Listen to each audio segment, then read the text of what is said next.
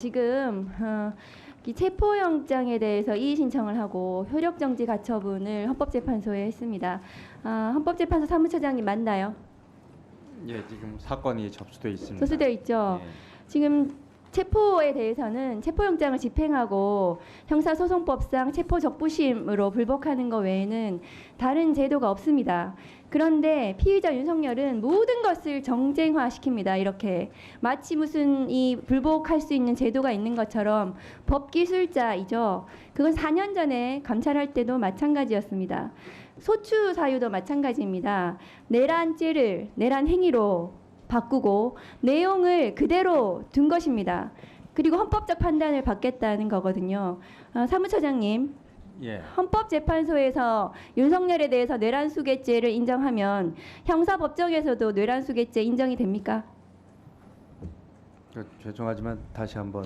예. 헌법재판소에서 윤석열에 대해서 뇌란수괴죄를 인정하면 윤석열에 대한 형사법정에서도 헌법재판소에 귀속돼서 뇌란수괴 인정이 되냐고요.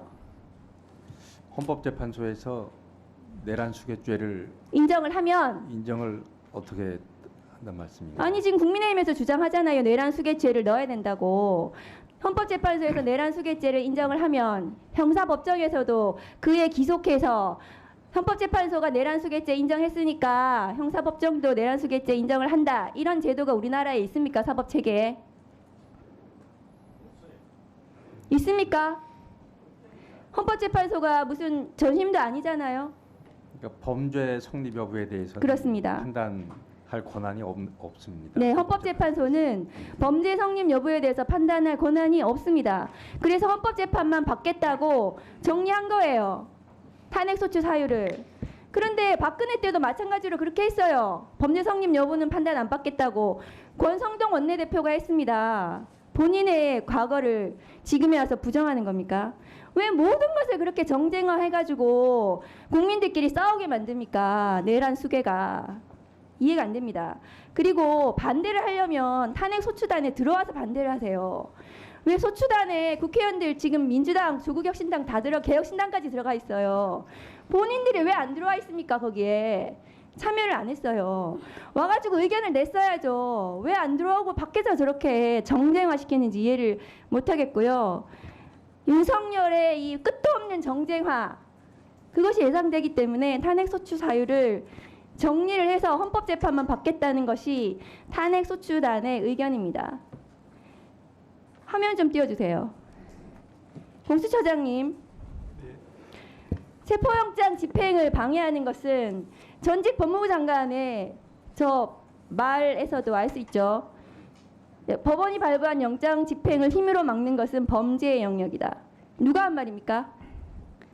한동훈 전 법무부 장관이 한 말입니다.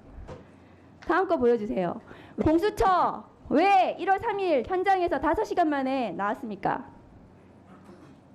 처장님 답변하세요. 경호처의 조직적인 저항으로 인해서 체포영장의 집행이 무산되었습니다. 경호처에서 그때 현장에서 나올 때 공수처의 공식 입장은 화기를 휴대한 경호처 직원으로 인한 안전의 우려 때문에 철수한다고 했습니다. 맞습니다. 현장에서 어떤 화기에 대한 안전사고 우려가 있었습니까? 그것을 말씀하셔야 국민들이 납득을 해요. 5시간 만에 나온 게 뭡니까? 점심 먹으러 나왔습니까? 뭐 여러 종류의 그 화기고 지금 특정할 수는 없지만 그리고 지금 제가 그 화면으로 그 보기에는 장갑차 유사의 차량도 있었고 저희들 지금 아무 차량도 가지고 진입하지 못한 그런 상태에서 굉장히 퇴로가 막힌 상태에서 집행을 강행하는데 여러 가지 애를 먹는 그런 상황이었습니다. 아니 그러니까 현장에서 어떤 제보와 어떤 현장 파악이 되었기 때문에 화기로 인한 안전사고, 그러니까 지금 당시에 경호처 직원이 지금 제보를 했어요. 발포를 해도 된다는 박종준 경호처장의 발언이 있었다. 그런 부분들에 대해서 공수처가 당시에 그런 우려가 있었습니까?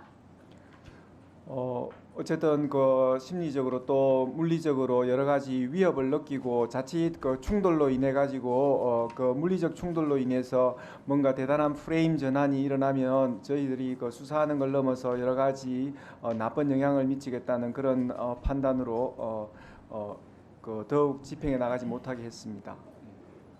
지금 저 경호처장이 저렇게 버젓이 법원이 적법하게 발부한 법원이 2번이나 판단했습니다. 적법하다고 서울 서부지방법원에서요. 그런데도 불구하고 적법한 영장 집행을 방해한 저 특수공무집행 방해 내란의 공범 박종준 경호처장이 저렇게 버젓이 얼굴 내밀고 나와서 국민들한테 기자회견하고 있습니다. 이런 어처구니 없는 상황 이해가 되십니까? 이거는 윤석열식 언론 플레이거든요. 4년 전에도 마찬가지였어요. 감찰할 때도 밑에 부하 검사들 내세워가지고 자기는 뒤로 숨고 마치 불법한 감찰을 하는 것처럼 온 검사들 다 동원해가지고 언론에 저렇게 들이밀어가지고 동네방네 떠들게 하고 저래가지고 저 사람 지금 잡아야 되는 거예요. 현행범 체포를 왜 안 했습니까? 현장에서 국수본에서 하자 그랬는데 왜 안 했습니까? 공수처가. 그런 부분은 정확하게 말씀드리자면 조금 오해가 있는데요. 저희들이 현장에서 다 의견이 합치된 건 아니지만 여러 가지 물리적 충돌로 인한 그 부작용을 막기 위한 그런 판단이었지 어느 쪽이 맞고 어느 쪽이 실행을 하겠다는 그런 상황은 아니었습니다. 경호처장이 지금 현행범인인데 왜 체포를 안 해요? 거기서 체포를 하셔야죠. 그리고 공조본부는 이 영장 집행과 관련해서 회의체 형성해가지고 회의 몇 번 했습니까? 이 진압 작전에 대해서. 진압 작전과 관련돼 가지고 지속적으로 서로 협의를 해온 것은 아니 맞습니다. 모여가지고 회의를 몇 번 했냐고요? 회수에 대해서는 제가 정확하게는 지금 모이긴 모였습니까? 제법 많은 숫자로 모인 걸로 알고 있습니다. 2차 집행 때는 제대로 진압 작전 성공하십시오. 안 그러면 공수처 그만 폐지하세요. 그런 부분 문제가 없도록 저희들 철저하게 준비해서 성공시키도록 하겠습니다.